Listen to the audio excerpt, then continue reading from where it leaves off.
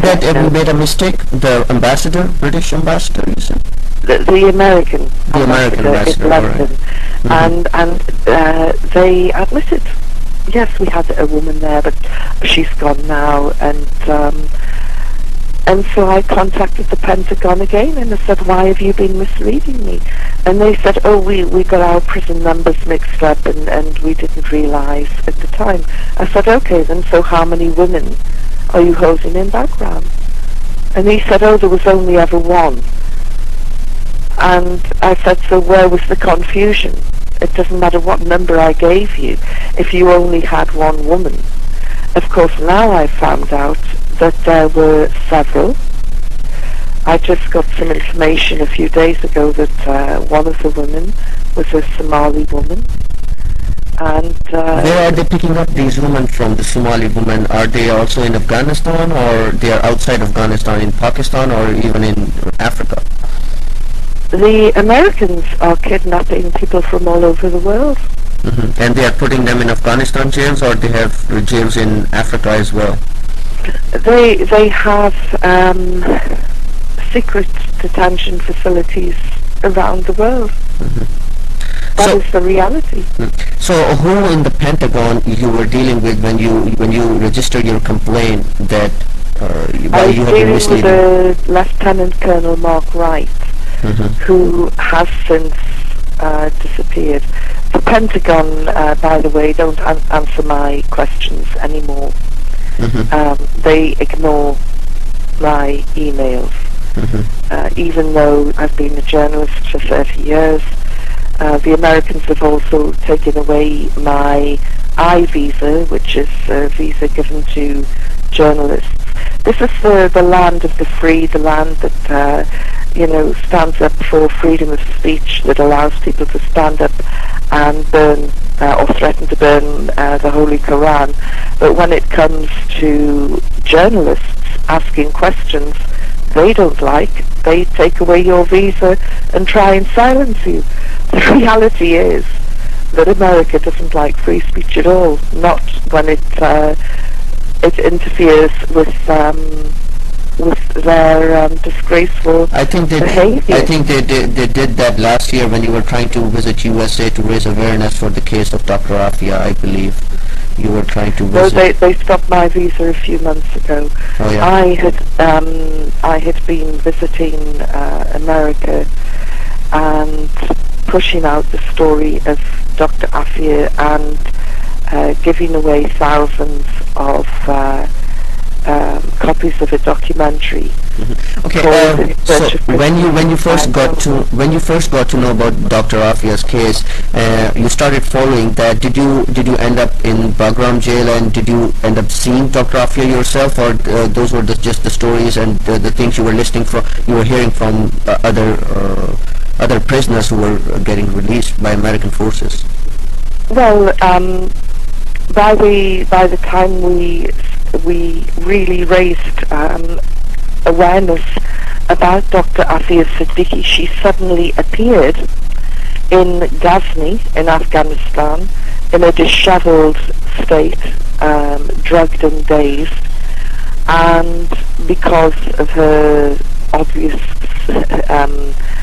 suspicious behavior, she was arrested by Afghan police, who began questioning her, and the FBI came to take her away. An argument developed between the Afghan police and the FBI, and it was very tense. There was almost a shootout because the Afghans wanted to keep their prisoner.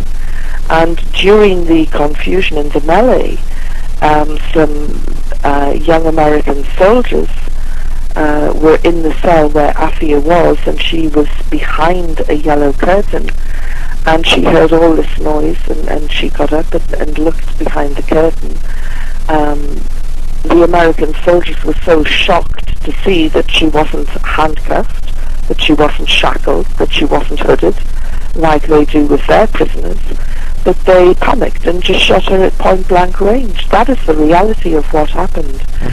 I subsequently went there with a film crew, and we interviewed all the Afghan eyewitnesses that we could find, including the head of the counter-terrorism unit, a man called Abdul Qadir, and they all said the same thing. She never touched a gun, she never went for them, they shot her, they panicked and they shot her, and they went crazy and shot, just fired all over the place. Now, we filmed in that cell, and we filmed all they'd sprayed the place with gunfire. Do you think there is any kind of involvement from Afghan government of any sort in this case? Because if I'm not wrong, and like you have mentioned right now, you have visited Afghanistan to get further knowledge about the case and on-ground facts about the case.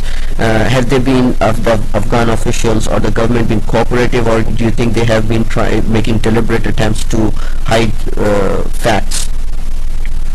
Well, the governor of Ghazni was very, he threw out the American line, the American narrative of what happened, but he wasn't called as a witness because he's since been discredited and was suspended on corruption charges. The only other person who followed the American narrative was an Afghan translator who is now living in America with his family, and he has a green card.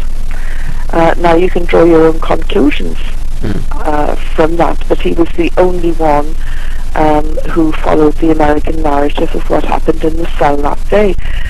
Because of what I filmed in the cell, it made it impossible for the prosecution to lie or come up with false evidence. So as a result, they had a very thin prosecution case with not one piece of scientific evidence. They had no shell casings, no spent bullets. They'd hidden it all, actually. There was nothing there that proved that Aafia had picked it. They produced a gun without fingerprints. None of her clothing at the time that she was supposed to have picked up this gun showed any gunpowder residue that you would find on clothing if you just fired off a couple of shots. I saw that cell with my own eyes. If 12 soldiers were in that cell, it was tiny. If she fired off 2 rounds at them, she would have killed somebody. Even a blind man would have hit something. And despite all of that, they couldn't find the spent bullets that she'd fired because she didn't fire the gun. These American soldiers lied.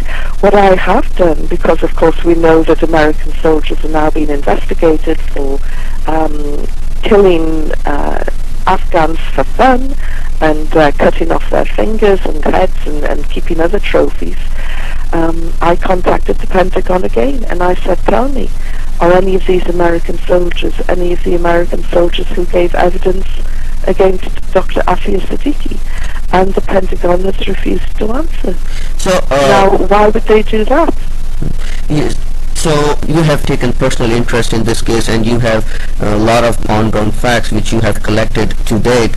Then, did the American court who was pursuing Dr. Aafia's case, did they ask you to come as a witness or provide your input, or did they use any of your collected facts to come to some conclusion or decision, or they have totally ignored that?